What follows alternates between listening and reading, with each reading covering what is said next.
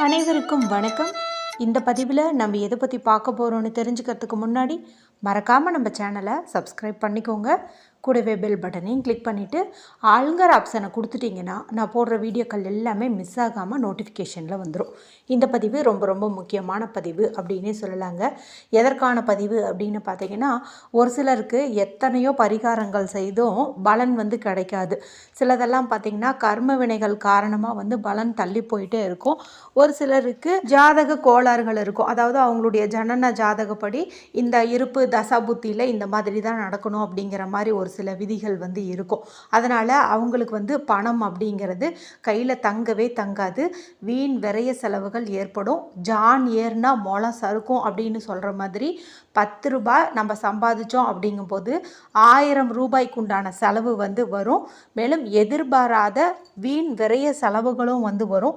குறிப்பாக சொல்லணும் அப்படின்னா பணம் திருடு போகிறது, ஒருத்தங்க கிட்ட கொடுத்து அவங்க நமக்கு திரும்ப தராமல் போகிறது, அடுத்து பார்த்திங்கன்னா மருத்துவ செலவு அதிகரிக்கிறது, இது மாதிரி ஏதாவது ஒரு பிரச்சனைகள் வந்துட்டே இருக்கும். இதுபோல் பணம் தொடர்பான பிரச்சனைகள் எல்லாம் நீங்கணும், பண வரவில் இருக்கக்கூடிய தடைகள் நீங்கணும், நல்ல ஒரு செல்வ செழிப்பு உண்டாகணும். நம்ம இக்கட்டான சூழ்நிலையில் இருக்கும்போது நமக்கு தேவைக்கு ஏற்ப பணம் ஏதாவது ஒரு வகையில் கிடைக்கணும் அப்படின்லாம் நினச்சிங்கன்னா இப்போ நான் சொல்கிறேன் இந்த பரிகாரத்தை நீங்கள் செஞ்சு பாருங்கள். அற்புதமான பலன் உங்களுக்கு கிடைக்கும். இது செய்யறதுக்கு எந்த ஒரு பூஜையும் வழிபாடும் நீங்கள் செய்ய போகிறது கிடையாது. மேலும் பெண்கள் இதை பீரியட்ஸ் டைம்லையும் தாராளமாக செய்யலாம். பிறப்பிறப்பு தீட்டு இருந்தாலும் தாராளமாக செய்யலாம். வீட்டில் அசைவம் செஞ்சுருந்தீங்க சாப்பிட்ருந்தீங்க அப்படின்னாலும் தாராளமாக செய்யலாம். இன்றைக்கி நீங்கள் உங்களுடைய வீட்டிலே இல்லை, வெளியில் எங்கேயாவது தங்கி இருக்கீங்க, அங்கேருந்து செய்யலாமான்னு கேட்டாலும் தாராளமாக செய்யலாம். எந்த நாளில் இந்த பரிகாரத்தை செய்யணும் அப்படின்னு பார்த்தீங்கன்னா, இன்றைக்கி நீங்கள் செய்கிறது விசேஷம். ஏன்னா இன்றைக்கி பார்த்தீங்கன்னா ஜனவரி மாதத்தின் 24ஆம் தேதி நிறைஞ்ச வெள்ளிக்கிழமையாக இருக்குது. வெள்ளிக்கிழமை அப்படிங்கிறது மகாலட்சுமி தாயார் வழிபாட்டிற்கும் அவங்கள அதிதேவதையாக கொண்ட சுக்கிர பகவான் வழிபாட்டிற்கும் ஏற்ற ஒரு நாளாக கருதப்படுது.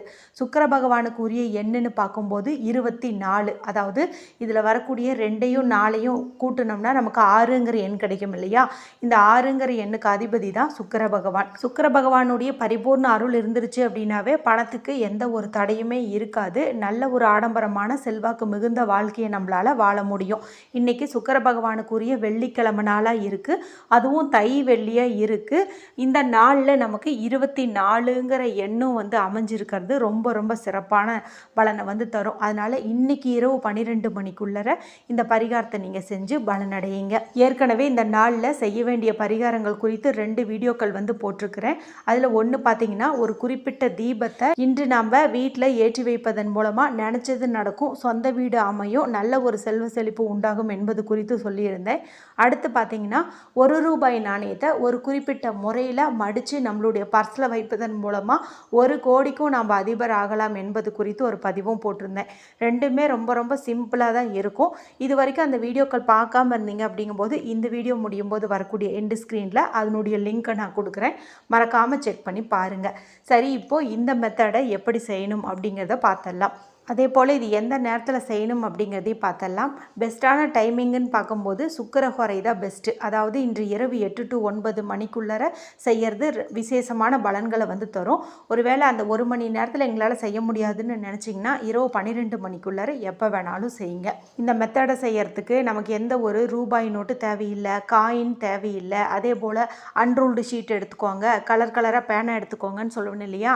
அதெல்லாம் எதுவுமே தேவை கிடையாது. நீங்கள் சிம்பிளாகவே இந்த பரிகாரத்தை செஞ்சிடலாம். சரி, இது எப்படி செய்யலாம் அப்படிங்கிறது பார்த்தலாம். இப்போது நீங்கள் ரிலாக்ஸான ஒரு அமைதியான இடத்துல உட்காரணும். அது உங்களுடைய பெட்ரூமாக இருக்கலாம், ஹாலாக இருக்கலாம், இல்லை பால்கனியாக இருக்கலாம். எங்கே உங்களுடைய மனம் நல்லா ரிலாக்ஸாக இருக்கும்னு ஃபீல் பண்ணுறீங்களோ அந்த ரூமில் நீங்கள் உட்காந்துக்கணும். அடுத்தது நம்மளுக்கு ஒரே ஒரு பொருள் தேவைப்படும். இப்போ நான் சொல்கிறதுல எந்த பொருள் உங்கள் வீட்டில் இருக்குதோ அதை நீங்கள் தாராளமாக பயன்படுத்திக்கலாம். அது என்னென்ன பொருட்கள் அப்படின்னு சொல்கிறேன், அதில் ஏதாவது ஒன்று யூஸ் பண்ணிக்கோங்க. பட்டை பொடி, அதாவது சின்னமன் பவுடர், அது இருந்தால் நீங்கள் எடுத்துக்கலாம். அல்லது ஏலக்காய் பவுடர் எடுத்துக்கோங்க. இல்லைன்னா பச்சை கற்பூரம் இருக்குது இல்லையா, அது வீட்டில் இருந்துச்சு அப்படின்னா அதை நீங்கள் எடுத்துக்கலாம். பச்சை கற்பூரம் இல்லை அப்படிங்கும்போது சாதாரணமாக சூடம் ஏற்றுவதற்கு பயன்படுத்துவோம் இல்லையா, அந்த கற்பூரத்தை கூட நீங்கள் தாராளமாக பயன்படுத்தலாம். அடுத்ததாக பார்த்தீங்கன்னா மஞ்சள் தூள் பயன்படுத்தலாம். அல்லது ஜவ்வாது பவுடர் இருக்குது இல்லையா, அதை நீங்கள் பயன்படுத்தலாம். இப்போ இதுவும் இல்லை அப்படிங்கும்போது நீங்கள் ஏதாவது ஒரு பர்ஃப்யூம் யூஸ் பண்ணுங்கள். குறிப்பாக ஜாஸ்மின், அதாவது மல்லிகைப்பூ நறுமணம் கொண்ட பர்ஃப்யூம் இருந்துச்சு வீட்டில் அப்படிங்கும்போது அதுக்கு வந்து நீங்கள் ப்ரிஃபரன்ஸ் கொடுங்க. சரி, இப்போ உங்கள் வீட்டில் இந்த பர்ஃப்யூமும் இல்லை அப்படிங்கும்போது முகத்துக்கு பூசக்கூடிய பவுடர் இருக்கும் இல்லையா, அது கண்டிப்பாக எல்லாருடைய வீட்லேயுமே வந்துட்டு இருக்கும். இந்த மாதிரி ஏதாவது ஒரு பவுடர் இருந்துச்சு அப்படின்னா அந்த பவுடரை கூட வந்து நீங்கள் எடுத்துக்கலாம். இப்போ நான் இத்தனை பொருட்கள் வந்து சொல்லியிருக்கிறேன். இதில் ஒன்று நிச்சயமாக உங்களுடைய வீட்டில் வந்து கட்டாயம் வந்து இருக்கும். நீங்கள் வேற எங்கேயாவது தங்கியிருந்தாலும் அங்கே இந்த பொருள் வந்து நிச்சயம் வந்து கிடைக்கும். இதில் ஏதாவது ஒன்று நீங்கள் எடுத்துக்கோங்க. அடுத்ததாக நான் முன்னாடியே சொன்ன மாதிரி அமைதியாக வந்து உட்காந்துக்கோங்க. இப்போது உங்களுடைய 2 உள்ளங்கையும் நல்லா பரபரன்ட்டு தேய்ங்க. குறிப்பாக சொல்லணுன்னா நம்மளுடைய அந்த இடது கையினுடைய கட்டை விரலுக்கு கீழே உள்ள பகுதி பார்த்திங்கன்னா சுக்கரமேட்டு பகுதி அப்படின்னு வந்து சொல்லுவோம்.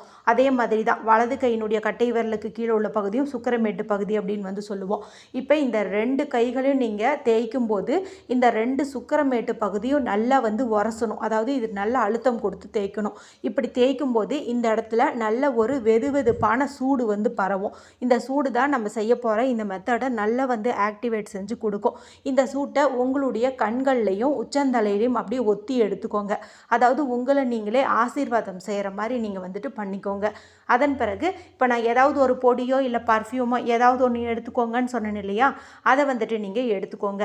எந்த விரலில் எடுக்கிறீங்க அப்படின்னு பார்த்தீங்கன்னா உங்களுடைய கட்டை விரலும் ஆள்காட்டி விரலும், அதாவது தம்ப் அண்டு இண்டெக்ஸ் ஃபிங்கர், இது 2ஐயும் சேர்த்து நீங்கள் எவ்வளவு எடுக்கிறீங்களோ அவ்வளவு எடுத்தீங்க அப்படின்னா போதும். நிறைய எடுக்க தேவையில்லை. அதுக்கு அளவாக வந்துட்டு நீங்கள் எடுத்துக்கோங்க.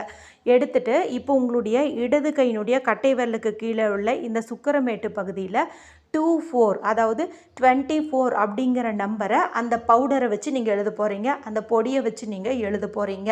அப்படியே வந்துட்டு எழுதுங்க. நீங்கள் எழுதுறது வந்துட்டு உங்கள் கண்ணுக்கு வந்துட்டு சரியாக தெரியாது. ஆனால் நீங்கள் என்ன எழுதுறீங்க அப்படிங்கிறது இந்த பிரபஞ்சத்துக்கு வந்து தெரியும். அதனால் நீங்கள் என்ன தெளிவாகவே தெரிய மாட்டேங்குதே அப்படின்ட்டுலாம் வந்து வருத்தப்படாதீங்க. இது யாருக்கும் தெரியாமல் ரகசியமாக எழுதும்போது தான் இதுக்கு நல்ல ரிசல்ட் வந்து கிடைக்கும்.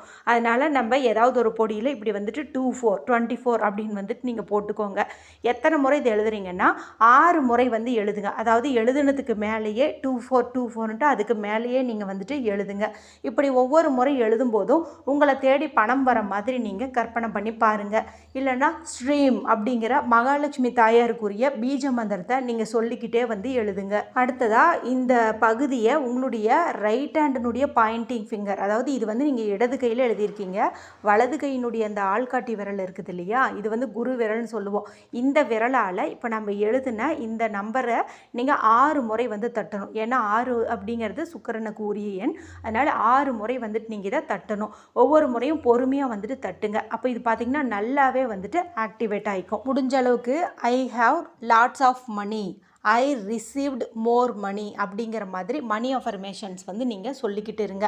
ஒரு 5 நிமிஷம் அந்த மாதிரி வந்துட்டு நீங்கள் சொல்லுங்கள். அதன் பிறகு உங்களுக்கு என்ன வேலை இருக்குதோ அதை நீங்கள் தாராளமாக போய் பார்க்கலாம். இப்படி வேலை செய்யும்போது நான் எழுதுனது வந்து அழிஞ்சிராதா அப்படின்னு வந்து கேட்பீங்க. அதை பற்றியெல்லாம் நீங்கள் கவலைப்பட தேவையில்லை. அது நீங்கள் எழுதுனது மட்டும்தான் கணக்கு. நீங்கள் கற்பனை பண்ணினது மணி அஃபர்மேஷன் சொன்னது இது மட்டும்தான் கணக்கு. அதனால் அவசியம் வந்து இதை வந்துட்டு நீங்கள் செஞ்சு பாருங்கள். இந்த வீடியோ குறித்து உங்களுக்கு ஏதாவது சந்தேகங்கள் இருந்துச்சுன்னா கமெண்ட் பண்ணுங்கள், தெளிவுபடுத்துகிறேன். பிடிச்சிருந்தால் மற்றவங்களோட ஷேர் பண்ணுங்கள், லைக் பண்ணுங்கள். மற்றும் ஒரு பயனுள்ள பதிவில் உங்களை சந்திக்கிறேன். நன்றி, வணக்கம்.